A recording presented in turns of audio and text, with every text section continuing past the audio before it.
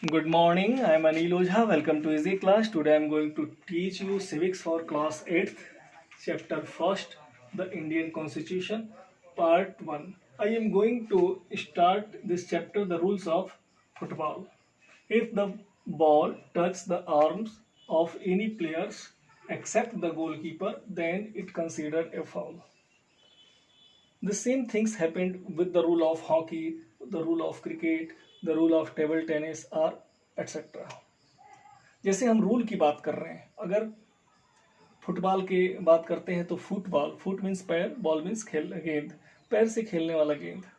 तो जिसे हम पैर से खेलते हैं, अगर गेम शुरू हो गया है तो गोलकीपर के अलावा कोई भी अन्य प्लेयर अगर उस गेंद को हाथ से छूता है तो क्या कहा जाएगा? यह कहा जाएगा कि वह फाउल है, यानी गेम्स के रूल के अगेंस्ट में है। इस तरह से अन्य गेम में भी अपने अपने रूल बनाए जाते हैं और प्लेयर से अपेक्षा की जाती है कि they should observe the rules, they should obey the rules. Okay, like this games a society also have constitutive rules that make it what is and differentiate it from other kinds of society. इसी तरह से जो society है, एक society में अपना rule होता है, जो एक रूल के तहत सोसाइटी रह रही है और एक बिना रूल के तहत सोसाइटी रहती है। अगर दोनों में डिफरेंस किया जाए तो बहुत डिफरेंस होगा, अंतर समझा जा सकता है। One society who lives without the rules, there are more anarchies presented. बहुत ज़्यादा अराजकता फैल जाएगी जहाँ पे हम रूल की बात नहीं मानी जा रही है, और जहाँ रूल से सोसाइटी रह रही है वहाँ विकास होगा, डेवलप होगा। हम टॉपिक पे चलते हैं, constitutions. What is the constitutions? Constitution बोलेंगे क्या? तो कॉन्स्टिट्यूशंस भी एक रूल्स है। हर एक कंट्री के पास एक अपना कॉन्स्टिट्यूशन रहता है, कुछ के पास नहीं रहता है, लेकिन मैक्सिमम के पास रहता है। अपना रूल रेगुलेशन बना के संविधान चलता है। तो अगर एक देश के पास अपना कॉन्स्टिट्यूशन है तो वह दो प्रकार से हो सकता है, रिटेन और ओरल। जैसे ओरल कॉन्स्टिट्यूशंस, या रिटेन नहीं है इंग्लैंड में। इंडिया की स्थिति देखी जाए तो यहाँ रिटेन कॉन्स्टिट्यूशन है, अमेरिका में देखी जाए तो रिटेन कॉन्स्टिट्यूशन है। तो कॉन्स्टिट्यूशन होता क्या है? कॉन्स्टिट्यूशंस में वहाँ के सिटीजन्स, वहाँ के स्टेट और सिटीजन के रिलेशन क्या है, एक राज्य में नियमों की चर्चा की जाती है, एक राज्य को कैसे चलाया जाए, वहाँ लेजिस्लेचर के क्या क्या अधिकार क्षेत्र हैं, जुडिशरी क्या करेगी, एक्सिक्यूटिव क्या करेगी, सारी चीज़ें उस कॉन्स्टिट्यूशन में लिखी रहती हैं। So we can say that a written document in which we find such a rule is called constitutions. एक यह रिटन डॉक्यूमेंट होता है जिसमें रूल्स पाए जाते हैं, उसे हम कॉन्स्टिट्यूशन कहते हैं। एंड दिस क्वेश्चन अराइजेज, अब यह प्रश्न उठता है कि why does a country need a constitution? एक देश को कॉन्स्टिट्यूशन की आवश्यकता क्यों पड़ती है? It is not necessary that all country that have a constitutions are democratic. A constitution tells us what the fundamental nature of our society is, and the constitution helps serve as a set of rules and principles that all persons in the country can agree upon as the basis of the way in which they wanted the country to be. It is not necessary that all countries that have a constitutions are a democratic. जिस देश के पास अपना constitution है, जरूरी नहीं है कि वह देश डेमोक्रेटिक हो। अब प्रश्न यह होता है कि एक देश के पास अपना कॉन्स्टिट्यूशन है, यह जरूरी नहीं है कि डेमोक्रेटिक है। तो वो कैसे? तो जैसे चाइना को ले लिया जाए, China has a constitution, but it is not a democratic country. There is a one party rules, वहाँ एक कम्युनिस्ट पार्टी का रूल चलता है। डेमोक्रेसी नहीं है तो डेमोक्रेटिक नहीं कहेंगे। हाँ, लेकिन ये जरूर है कि जो भी डेमोक्रेटिक कंट्री है उसके पास अपना कॉन्स्टिट्यूशन रहेगा। तो दो बातें हो गई, सभी देश के पास अगर कॉन्स्टिट्यूशन है तो ज़रूरी नहीं कि वो डेमोक्रेटिक है, लेकिन एक डेमोक्रेटिक कंट्री है तो उसके पास अपना कॉन्स्टिट्यूशन रहता है। कॉन्स्टिट्यूशन बताता क्या है? तो कॉन्स्टिट्यूशन बताता है fundamental nature of our society and a set of rules in which they want the country to be governed. एक रूल, सेट ऑफ रूल्स, नियमों का संग्रह बताता है जिसके आधार पर सरकार चलाई जाती है, देश चलाया जाता है, उसे हम कॉन्स्टिट्यूशन बोलते हैं। इसमें इंक्लूड क्या है? The types of government and agreement, certain ideals, they all believe the country. तो जो रूल्स हैं, रूल्स की चर्चा उसी नियमों से हटकर, वह नियम इक्वलिटी बिफोर द लॉ, एक चपरासी से लेकर प्रधानमंत्री सभी नियमों के अंतर्गत हैं। कोई नियम नहीं तोड़ सकता है, सबके साथ एक तरह का बर्ताव किया जाता है, यह कॉन्स्टिट्यूशन बताता है। And now I am going to discuss about our Indian constitution. अगर हम इंडियन कॉन्स्टिट्यूशन की बात करें तो one most dominant political party was present during the second world war, Indian National Congress, जो भारतीय राष्ट्रीय कांग्रेस थी, उसने सबसे पहले कॉन्स्टिट्यूट असेंबली की चर्चा की 1934 में।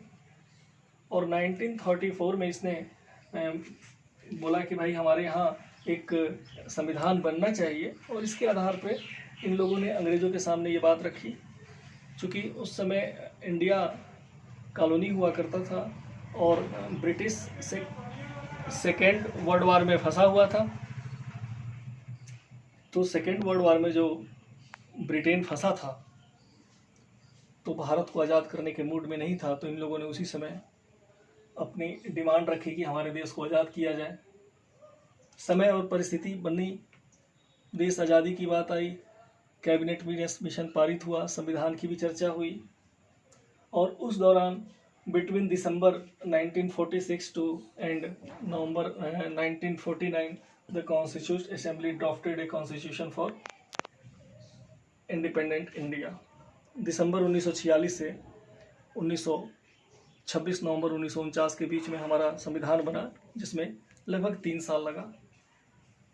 और संविधान सभा के बारे में ये भी समझ लें, फादर कहे जाते हैं इंडियन कॉन्स्टिट्यूशंस के। उसमें कई लोगों ने कई देशों से अच्छी अच्छी बातों को अपने संविधान में शामिल किया। We can say like fundamental rights we took from America, fundamental duties we took from Russia, directive principle we took from Ireland, emergency we took from Germany, constitutional amendment we took from South Africa, parliamentary system we took from Britain। तो इस तरह से अच्छे अच्छे देशों से हमने अपने यहाँ इंडियन कॉन्स्टिट्यूशन में ये सारी बातें रखी। तो यह हुआ कॉन्स्टिट्यूशंस, और कॉन्स्टिट्यूशन क्यों ज़रूरी है इसके बारे में हमने चर्चा की। अब हम एक एग्जांपल लेंगे नेपाल का। टू कॉन्ट्रास्टिंग सिचुएशन मीन्स अलग अलग परिस्थितियाँ in the recent history of the Nepal. Nepal के इतिहास में क्या दो अलग अलग परिस्थितियाँ बनी हैं। तो the previous constitution of Nepal, which had been adopted in 1990, reflected the fact that the final authority rested with the king। जो 1990 में नेपाल का कॉन्स्टिट्यूशन बना, वहाँ पे फाइनली जो पावर दिया गया राजा के हाथ में दे दिया गया, और वहाँ के लोग, राजा के जो हाथ में पावर था वो डेमोक्रेटिक नहीं था, वहाँ पे डिक्टेटरशिप थी। राजा जो चाहता था करता था। तो डेमोक्रेसी के लिए वहाँ बहुत संघर्ष चला, और यह संघर्ष लोगों में बहुत ज़्यादा हुआ। And people movement in Nepal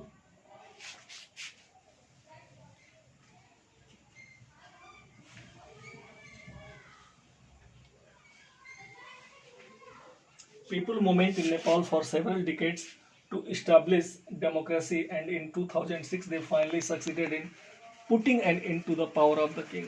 2006 में अंतिम रूप से नेपाल की जनता ने डेमोक्रेसी की स्थापना की, और वहाँ पे फिर नए कॉन्स्टिट्यूशन बनाए गए।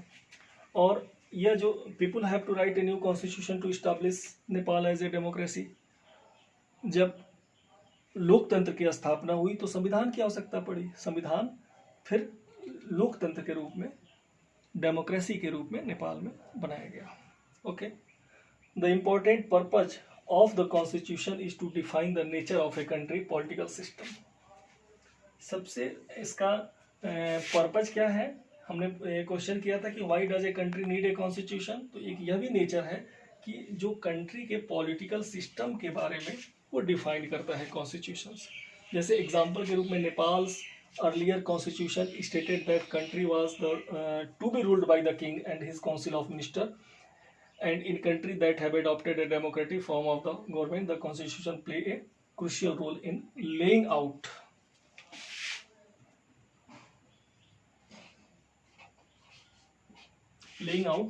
certain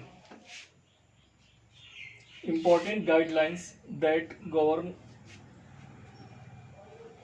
decision making within this society।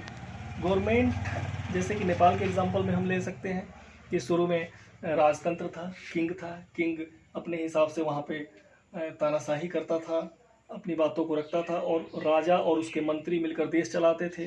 जब राजतंत्र खत्म हुआ तो डेमोक्रेसी आई, तो फिर वहाँ रूल्स बने और उसके हिसाब से शासन सत्ता बदली, पावर गवर्नमेंट के हाथ में आई, डिसीजन मेकिंग गवर्नमेंट हुआ। तो अब इस तरह नया संविधान डेमोक्रेटिक कॉन्स्टिट्यूशन बनाया गया और इसलिए संविधान की आवश्यकता होती है ताकि एक देश को सुचारू रूप से चलाया जा सके। Okay, now I am going to complete this video and in next video I would like to discuss next topic. Thank you.